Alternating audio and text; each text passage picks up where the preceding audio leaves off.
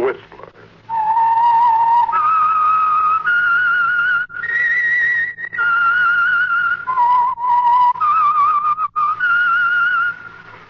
Presented by the United States Air Forces in Europe. I am the Whistler, and I know many things, for I walk by night. I know many strange tales, hidden in the hearts of men and women who have stepped into the shadows. Yes, I know the nameless terrors of which they dare not speak. Tonight transcribed, it's the Whistler's strange story, 7 Steps to Murder. The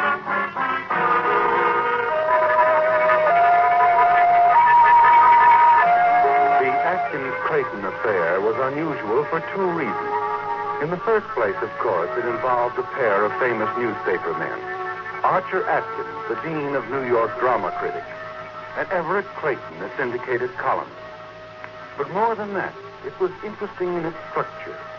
Yes, there were 7 distinct steps between an apparently cordial relationship and a murder. The opening night of Clayton's first play at a Whirlwind was step number 1. Atkins had attended, of course, with the rest of the critics, and shortly after the final curtain, had walked across the street to the offices of the New York Globe with Murchison, his editor, to meet the newspaper's deadline.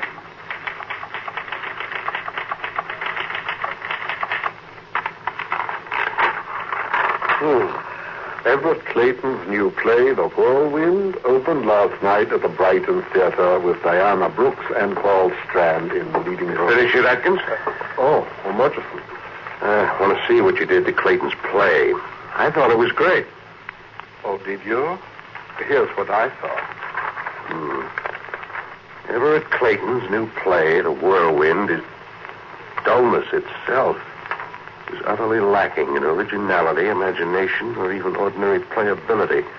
The death rattle was audible before the first act was 5 minutes old. Listen, Atkins, you can't. Well, why can't I? You grew up together. You came from Texas together. You were even engaged to his sister. He's your best friend. Art knows no friendship. You're a liar. You're jealous because Clayton's invading the drama, your sacred territory. Well, if that's true, you should fire me. Too bad I'm too influential, huh? You know, one of these days you'll stick your neck out too far and I'll chop it off. Your review of Everett Clayton's play was step number 2. The next day, you see Clayton in the coffee shop of the Stratford Club, where both of you live. He walks over to your booth, his face tense and expressionless, the paper folded in his pocket. Well, Everett, good to see you. Sit down, please. Thank you. Sit down. Yes, sir? Coffee, please. Yes, sir. 2, no coffee for me. Milk. Yes. Your stomach again? Getting worse, I'm afraid. But that's not why I came, is it, Archer? I suppose not. That review, Archer. Nice of you. You're not a playwright, Everett. You at least saw the play, I presume? Of course. An author spends a year writing a play, and that's the consideration he gets. Any of your money in it? Everything I've got. Oh, too bad. Why didn't you consult me before? Let me read it. Because I knew what I'd get. Sarcasm, smart cracks, not one bit of constructive criticism. There is a small item you've forgotten. Talent. No one has yet succeeded in drawing milk from an elephant. Nor kindness from a critic. If you wanted charity, you should have said so. Do you want me to go over it scene by scene and show you how bad it is? No, because you couldn't. That's the trouble, you know. The people don't decide what's good or bad anymore. They wait for the critics to tell them. Well, thanks to you, I know my play is dead, Atkins. But I also know you're a fake. You've been phony all your life. If the Rover Boys in Switzerland had Edgar Allan Poe's name on it, you'd call it great. Go easy, old boy. You're getting carried away. You picked on the wrong guy, Archer. I've got 20 million readers, too, and before this thing's over, I'm going to make you look like the village idiot. Just do me a favor, Atkins. Check my column tomorrow. It'll interest you.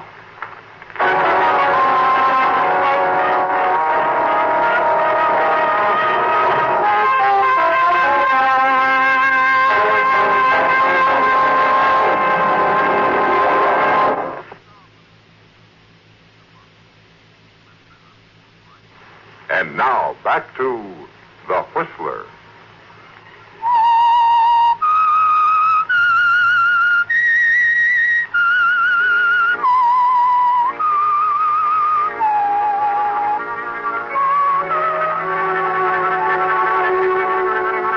Yes, Archer. Although you didn't know it at the time, the case that was soon to become famous as the Atkins-Clayton affair fell neatly into 7 parts. 7 steps to murder. Clayton's play, of course, was the first step. And the scathing review that appeared in the Globe the next day over your signature was the second. But when you arrive at your office the next day, Murchison, the editor, is sitting on your desk waiting for you. The afternoon edition of the Ledger in his hand. Hello, Murchison. Did you read Clayton's column? I did not. Lead paragraph. Listen. I am now reconciled to the fact that my play, The Whirlwind, will close in a matter of days as a result of the efforts of a group of critics headed by Archer Atkins. As a matter of fact, Atkins is not equipped to set himself up as a critic or even a writer. He has no conception of literature, dramatic, poetic, or otherwise. And I intend to prove it. Well, amusing, but not very. You started all of this, Atkins. I think you should I'm going to apologize. be quite busy, Murchison. I'm sure there are a few obituaries that require your keen intelligence. I hope Clayton gives you a sock on the jaw.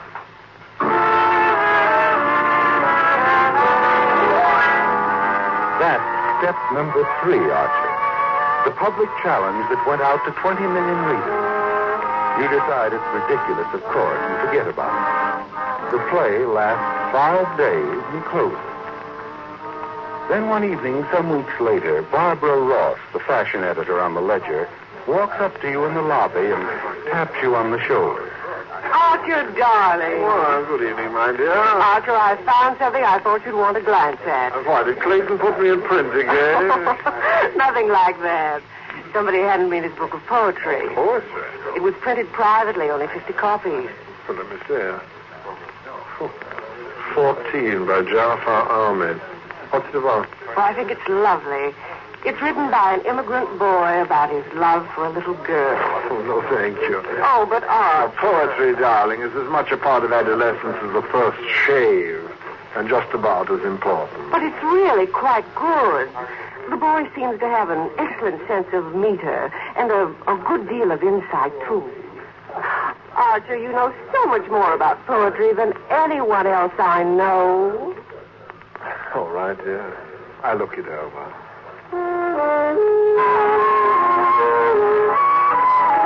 Step number 4, the book of poetry. Nothing to it, of course, is there, Archer? But you take it home and toss it on the nightstand. And just before you decide to turn out the lights, you pick it up and glance at the first page. I told you from the start. There's something about the poems that haunts you, almost as if you'd read them before. Memories, things you'd forgotten completely, spring to life. Yes, this boy has managed to capture something out of every man's youth. Something that gets under your skin and stays there. You finish the book, get out of bed hurriedly, and sit down at your typewriter. You can't wait until tomorrow, can you, Archer? You've got to get it on paper now.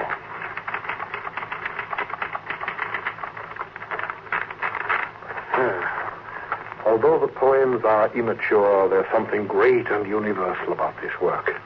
The volume has been printed privately, but in my opinion, it would be a wise investment for any publisher to issue it in quantity. 14 by Jafar Ahmed should never be forgotten. That ought to do it. It'll be on the bestseller list in a month.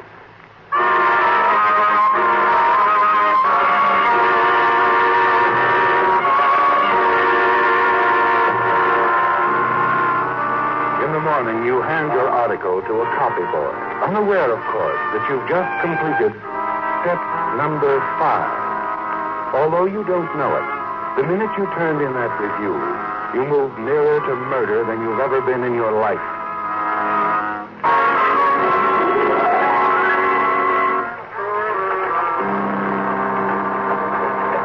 It's Just 24 hours later, when the same boy walks into your office, places a newspaper on your desk. Step number 6. Here's your copy of the ledger, Mr. Atkins. Round town with Edward Clayton. Oh, here we are. 3 months ago, I promised to reveal Archer Atkins, the so-called Dean of Literary Critics, as a phony. Today, I call attention to the raves he's been giving the book of poems called 14, supposedly written by a 14-year-old Iranian lad. The fact is, gentle readers, I wrote 14. Oh, just shocking, eh, Archer? Hello, Majesty. I didn't see you. That's all right. You needn't hide that. Some of our best people read Everett Clayton, including the publishers of this paper. That's trash. Just trash. And lies, too, I suppose. Clayton never wrote 14. He hasn't got enough sense. Seems to know a lot about it, Archer. Read on. He tells just how he did it. He had no knowledge of poetry, he says. Just threw together the lushest and most senseless adjectives he could concoct. Had the whole mess printed up on the quiet. You, the great Archer Atkins, praised it to the skies. Are you trying to tell me that you believe this nonsense? Much as what a man's got readers, Archer. 20 million of them, so calm down. Don't tell me to calm down. As a matter of fact, why don't you get out of here? Let me at that typewriter. I'll teach Clayton his place. Not in a Globe, you won't. And why not? I talked to the publishers. They want your resignation by the end of the month. From now on, I'm editing your material, and I don't intend to have any libel suits on my hands. Not even to save the great name of Archer Atkins. Good day. Well, for once I've had the last word.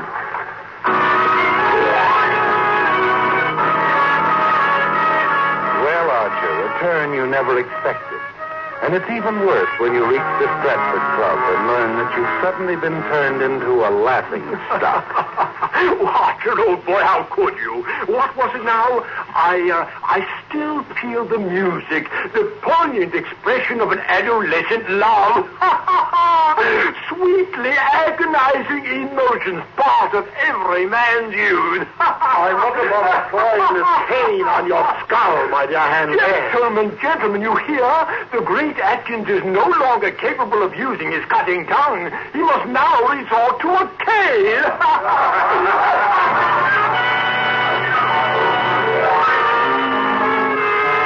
This thing has got you, hasn't it, Archer? And it hurts deep, twisting inside you until finally the 7th step begins to take shape. The 7th and final step, murder.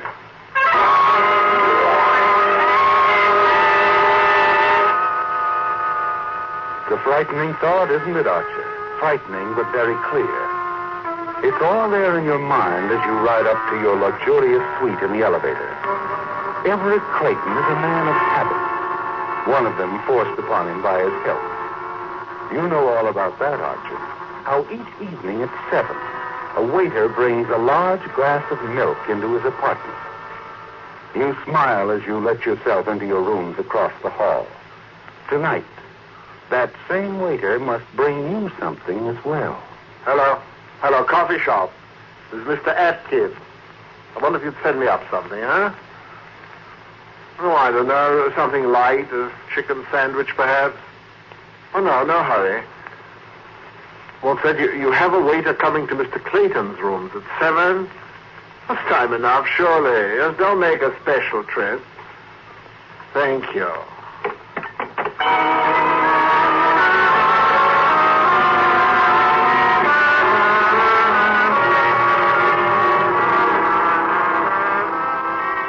Waiter.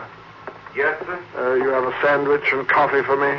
Oh, yes, sir. But I was going to stop first at Mr. Clayton. Yes, we'll come in a moment. I'll set it down there on the desk, will you? And I wonder if you'd do something for me. I tried to unlock a suitcase a moment ago, but I couldn't seem to turn the key. Would you have a look at it, please? Why, certainly, sir. Where is it? In the bedroom. Of course, if it's too much trouble. Not at all, sir. I have handled a lot of it. You hesitate as the waiter starts across to the bedroom. Then you turn quickly to the tray he set down on your desk. Before he comes back, you empty the contents of a small envelope into the milk intended for Clayton. You stir it hastily, and then return to your book. Well, I got it open for you, sir. That lock is sprung a little bit, though. Oh, well, I'll have to have it attended to. Here you go. Thanks for your trouble. Not at all, sir. Thank you very much. Well, thank you. You settle back in your chair now, giving the waiter time to deliver the glass of milk to Clayton. A few minutes later, you slip out into the corridor and down the hall. Stop outside of Clayton's door and listen. He's talking to someone on the telephone. Yes, I got your letter. Well, what did you expect me to do? All right. I promise I'll see them about it first thing tomorrow. Yes, I promise. Goodbye.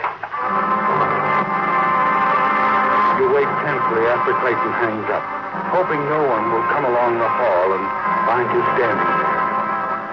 A moment drags by. What is he doing? Isn't he ever going to pick up that glass? And then...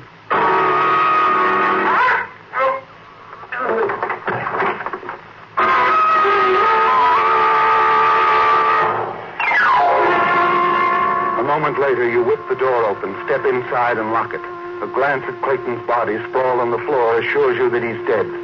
Quickly, you cross the room and sit down at his battered portable typewriter. To my dear mother, comma, my sister, comma, and gentle readers, colon. It isn't often that a man gets the opportunity to write his own obituary, period. Believe me, comma, this isn't easy, comma, but I've been ill for some 10 years now. You type rapidly, Archer, because you know exactly what you want Clayton's suicide note to say. It includes, above all else, a confession, one in which the dead Everett Clayton will admit to the world that he perpetrated a deliberate hoax against you. His note tells how he lied in claiming to have written the verses in the book 14. How actually he'd simply dug up a number of anonymous ballads and revised them a bit. You put it all down, Archer, your way, but in Everett Clayton's style. And then you add his well-known signature. Just the two simple typewritten letters. E.C. Thanks, my dear Everett. We'll see tomorrow how your 20 million readers like this one.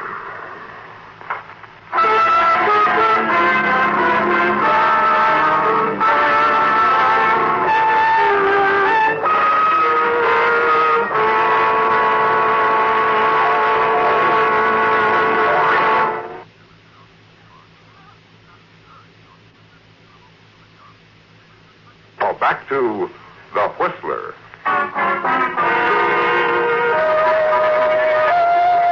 Well, the 7 steps have passed now, Archer. Everett Clayton is dead. But more important than that, the suicide note in his typewriter will put you back at the top of the heap. Yes, Murchison, your publishers, Hanley, and the whole literary world will have to admit who has the right to wear the critic's crown. You don't seem at all surprised at the police calling on you, Mr. Atkins. Oh, my dear Captain Foss, well, the moment the manager of this club informed me of Clayton's demise, I resigned myself to a round of dull questions. Naturally. You've known him all his life, grew up with him, sweet on his sister at one Anything time. else you want to know? I was an incubator baby, weighed 3 pounds, 2 1/3 ounces. I'm surprised you aren't more interested in the way Clayton died. I like to believe people, Captain. When I'm told someone is dead, I assume he's dead. Whether he was shot through the head with a cannon, threw himself into Mount Vesuvius, or was clubbed to death with the missing arm of Venus de Milo doesn't concern me in the least. Poison is more to your liking, isn't it? I don't know what you're trying to imply. Let's make it clear, then. How long did it take you to write that note? Note, Captain. The suicide note in Clayton's typewriter. Oh, do tell. In verse, no doubt. It says Clayton never wrote those poems, that he stole them from some anonymous ballads. Well, I insisted on that all the time. Wait till I get hold of that editor. You wrote that note, Atkins. You poisoned Clayton and ran the note off on his typewriter. Nonsense. Who gave you that story? Some idiot from the Ledger? Take a look at these papers, Atkins. Ever seen them before? They're yellow. They're very old, aren't they? They're poems you wrote to Everett Clayton's sister when you were 14, over 40 years ago. What? That book of poetry you reviewed was not written by Jafar Ahmed or Everett Clayton, but by Archer Atkins. Reviewing my own poetry. So it wasn't suicide, you see. Now, wait a minute. He still did it. It was a malicious trick. Now, listen, Captain. It wasn't suicide, Atkins. Because Clayton's sister blew up when she read what he did with those poems after she sent them to him. She phoned him last night. He was talking to his sister. She made him promise a public retraction. Clayton was going to see you about it in the morning.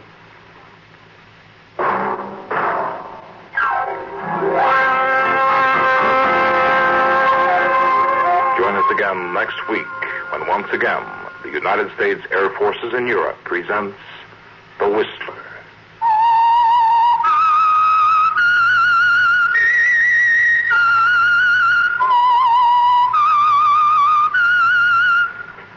This is Air Force Sergeant Don Cormay speaking.